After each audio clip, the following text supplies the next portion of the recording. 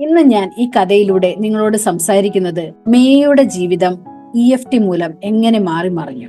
നമസ്കാരം, എല്ലാവർക്കും JJ ടോക്സിലേക്ക് സ്വാഗതം. ഒരിക്കൽ തിരക്കേറിയ ഒരു നഗരത്തിൽ മിയ എന്ന ഒരു യുവതി ജീവിച്ചിരുന്നു. വിശ്വസ്തയായ ഒരു സുഹൃത്ത്, ആശ്രയയോഗ്യമായ സഹോദരി, ഒരു തികഞ്ഞ ജോലിക്കാരി എന്നീ ഗുണങ്ങൾ പുറമേക്ക് മിയയിൽ നിറഞ്ഞിരുന്നു. എന്നാൽ ഉള്ളിൽ അവൾ പരിഹരിക്കപ്പെടാത്ത വേദനയുടെയും ഉത്കണ്ഠയുടെയും സ്വയം സംശയത്തിന്റെയും കനത്ത ഭാരം വഹിച്ചു. മറ്റെല്ലാവരെയും സന്തോഷിപ്പിക്കാനുള്ള ശ്രമത്തിൽ സ്വന്തം ആവശ്യങ്ങൾ നിരാകരിച്ചുകൊണ്ട് അവളുടെ വികാരങ്ങളെ കുഴിച്ചിടാൻ അവൾ പഠിച്ചു.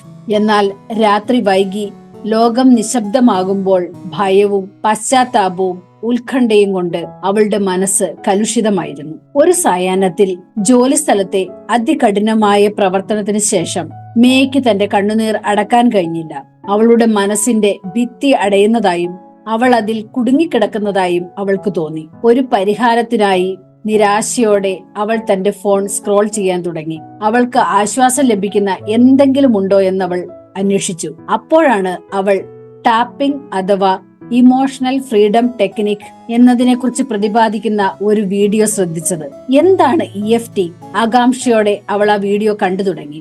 പുരാതന ചൈനീസ് അക്യുപ്രഷറിന്റെയും ആധുനിക മനഃശാസ്ത്രത്തിന്റെയും മിശ്രിതമാണ് EFT.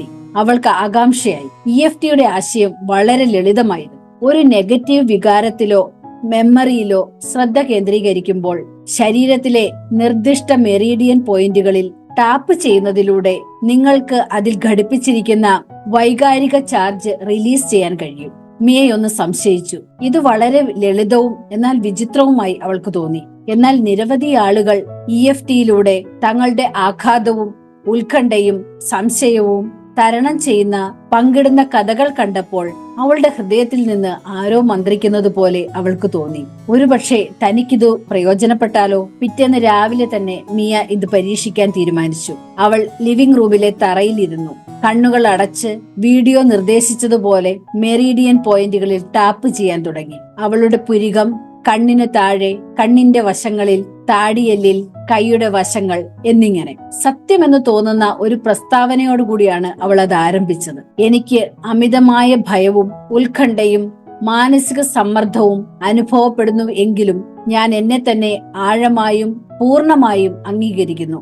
ഇങ്ങനെ ടാപ്പ് ചെയ്യുമ്പോൾ അവൾ തന്റെ മനസ്സിന്റെ സത്യങ്ങൾ ഉറക്കെ പറഞ്ഞു. അവളിലെ സമ്മർദ്ദം, മുൻകാല ബന്ധങ്ങളുടെ വേദന, അവൾ ഒരിക്കലും കൊള്ളില്ല എന്ന ഭയം. ആദ്യം വാക്കുകൾ പൊള്ളയായും ടാപ്പിംഗ് ഒരു വിചിത്ര ആചാരമായും അവൾക്ക് തോന്നി. എന്നാൽ ഈ ടാപ്പിംഗ് അവൾ തുടർന്നുകൊണ്ടേയിരുന്നു. പെട്ടെന്ന് അവൾക്ക് എന്തോ ഒരു മാറ്റം അനുഭവപ്പെട്ടു. തന്റെ ഉള്ളിലെ വികാരങ്ങൾ കണ്ണീരിലൂടെയും ദേഷ്യത്തിലൂടെയും സങ്കടത്തിലൂടെയും പ്രവഹിച്ചു. പിന്നീട് അവൾ ഒരിക്കലും സ്വയം അനുഭവിക്കാൻ അനുവദിക്കാത്ത കരുണയുടെ വാക്കുകൾ മന്ത്രിച്ചു. ടാപ്പിംഗ് ഒരു താക്കോൽ പോലെയായി അവൾക്ക് തോന്നി. വർഷങ്ങളായി കുടുങ്ങിക്കിടന്ന ഓർമ്മകളും വികാരങ്ങളും ഇതാ തുറക്കുന്നു. ഓരോ റൗണ്ട് ടാപ്പിംഗ് കഴിയുമ്പോഴും അവളുടെ നെഞ്ചിലെ കനത്ത കെട്ടുകൾ അഴിഞ്ഞു തുടങ്ങി. പിന്നീട് മനസ്സ് ശാന്തമായി. തുടർന്നുള്ള ആഴ്ചകളിൽ മിയ ടാപ്പിംഗ് ഒരു ദിനചര്യയാക്കി മാറ്റി. അവൾക്ക് തന്റെ അസ്വസ്ഥതകൾ അലിഞ്ഞില്ലാതാകുന്നതായി തോന്നി. സ്വയം സംശയം, മറ്റുള്ളവരെ നിരാശപ്പെടുത്തുമോ എന്ന ഭയം എന്നിവ വിട്ടുപോകുന്നതായി അവൾക്ക് തോന്നി.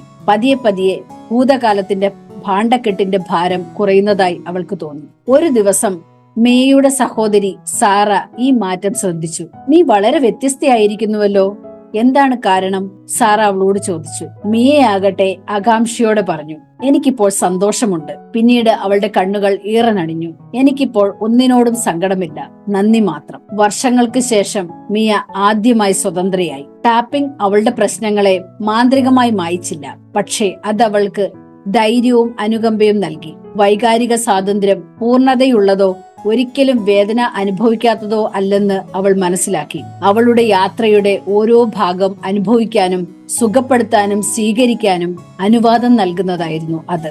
മിയയുടെ കഥ അവൾക്കു മാത്രമല്ല, അവളുടെ ചുറ്റുമുള്ള എല്ലാവർക്കും ശാന്തമായ ഒരു പരിവർത്തനത്തിന് കാരണമായി തീർന്നു. അവൾ തന്റെ സുഹൃത്തുക്കളുമായി EFTയെ കുറിച്ച് പങ്കിടാൻ തുടങ്ങി. ചെറിയ ചെറിയ ടാപ്പിംഗ് സർക്കിളുകൾക്ക് അവൾ രൂപം നൽകി. മറ്റുള്ളവർ രോഗശാന്തിക്കുള്ള സ്വയം വഴികൾ കണ്ടെത്തുന്നത് അവൾ കണ്ടു. അവളുടെ ഹൃദയത്തിൽ വൈകാരിക സ്വാതന്ത്ര്യം ഒരു ലക്ഷ്യസ്ഥാനമല്ലെന്നും ജീവിതകാലം മുഴുവൻ നീണ്ടു നിൽക്കുന്ന ഒരു യാത്രയാണിതെന്നും അവൾക്കറിയാമായിരുന്നു. ഒരൊറ്റ ലളിതമായ പ്രവൃത്തിയിലൂടെ ആരംഭിച്ച യാത്ര, അതായിരുന്നു EFT, ഇമോഷണൽ ഫ്രീഡം ടെക്നിക്. നന്ദി, വീണ്ടും കാണാം.